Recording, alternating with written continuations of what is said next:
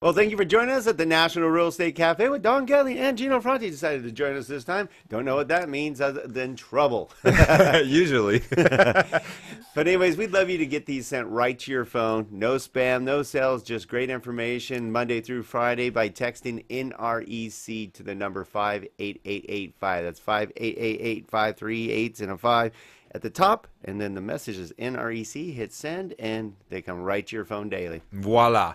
Well, once again, we're bringing good news. And this is actually something that we haven't talked about in a little while. So let's take a look at this because I think it's important. It's an important metric. There's some fallacies about this number. And you hear about, oh, prices are out of control again and everything's just crazy. And then you look at this report and you think, wow, 10% of the homes are still underwater? So Yep. that doesn't sound just totally crazy to me, Don. No, and or the flip side is people going, "Oh, cool!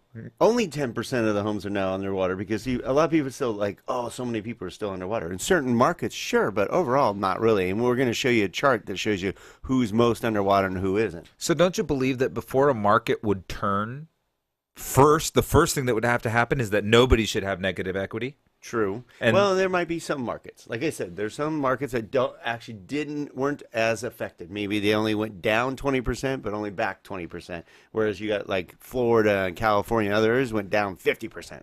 yeah. So that's a big number to come back, but also has more ability to come back. Yeah, I mean, look, obviously the coastal states are super volatile. You get bigger booms and bigger busts, and that's what happens. But just as a nationwide number to see that we're under 10%, and this looks like to me another 2 years of growth, and then the United States will be all positive equity. How about that? Now, interestingly enough, if every house is positive equity, that means there will technically be zero foreclosures and zero short sales because they can all be sold.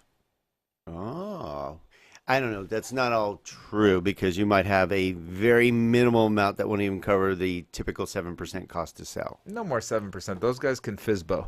Yeah, good luck on that. Yeah. All right, and we don't suggest that. No, but if All right. if that's all you got, So here's the chart basically showing where is where. So the United you need a States magnifying wise, glass, Don. yeah, and maybe you can blow it up on your screen with your two fingers on your phone.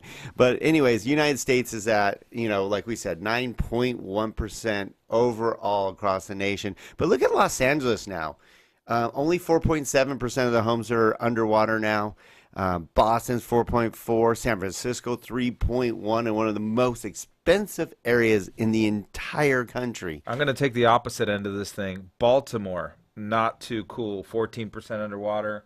Virginia Beach, 16.76% underwater.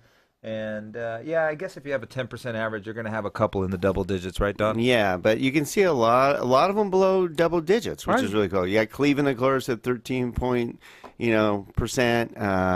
St. Louis is still up there, but most of California is pretty much out of being underwater per se. Yeah, no, these are good numbers. And like I said, it's reason to be optimistic that things are still looking good and that things are not as out of control nationally. We Right. do have some pockets that may be out of control, but that could be because of jobs. Ultimately, the Los Angeles area had 18,300 people migrate here this year. Los Angeles doesn't always have migration, so it was one of the top migrations in the nation, and it's because we have a ton of new jobs with this, what do they call this? Silicon Beach area that's growing. That's right. All right, you heard it right here on the National Real Estate Cafe. Find out more at donandgino.com.